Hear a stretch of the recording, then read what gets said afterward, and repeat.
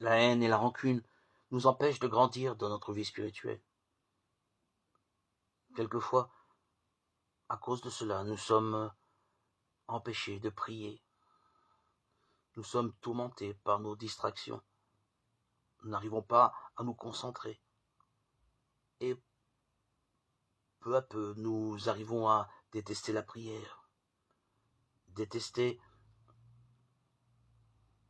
de prendre un moment pour méditer, détester de prendre le moment d'ouvrir la Bible. Nous trouvons toujours des excuses pour échapper à tout ce qui est spirituel. Demandons au Seigneur de nous aider. L'Esprit Saint peut nous révéler les événements passés que nous n'arrivions pas à pardonner jusqu'à présent et qui sont enfuis dans notre inconscient. Quelquefois, le fait de ne pas vouloir pardonner inconsciemment nous détourne de Dieu. Et peu à peu, nous abandonnons tout ce qui est d'ordre spirituel, car nous sommes bloqués par ces blessures. On ne peut plus méditer, prier profondément, tant qu'on garde de la haine, de la rancune dans le cœur. On n'arrive plus à lire la Bible, on n'arrive pas à aller au rassemblement. Bref, le manque de pardon nous empêche de grandir dans notre vie spirituelle. Le pardon comprend plusieurs aspects, ce n'est pas un acte d'un seul moment. On marche petit à petit vers la plénitude du pardon. C'est une attitude du cœur, qui inclut aussi une façon de voir les choses autrement.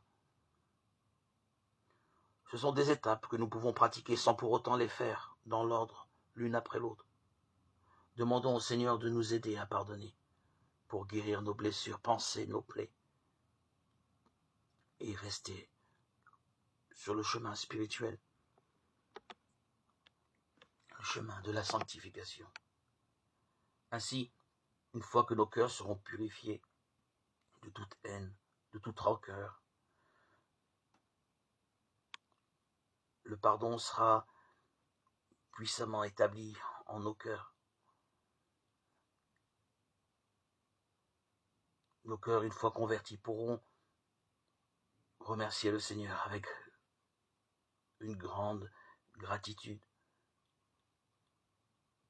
reconnaissant que par lui et seulement par lui, nous pouvons pardonner. Dans sa grande sagesse, par l'Esprit qu'il nous a donné, il peut nous permettre de discerner ce qui nous empêche de pardonner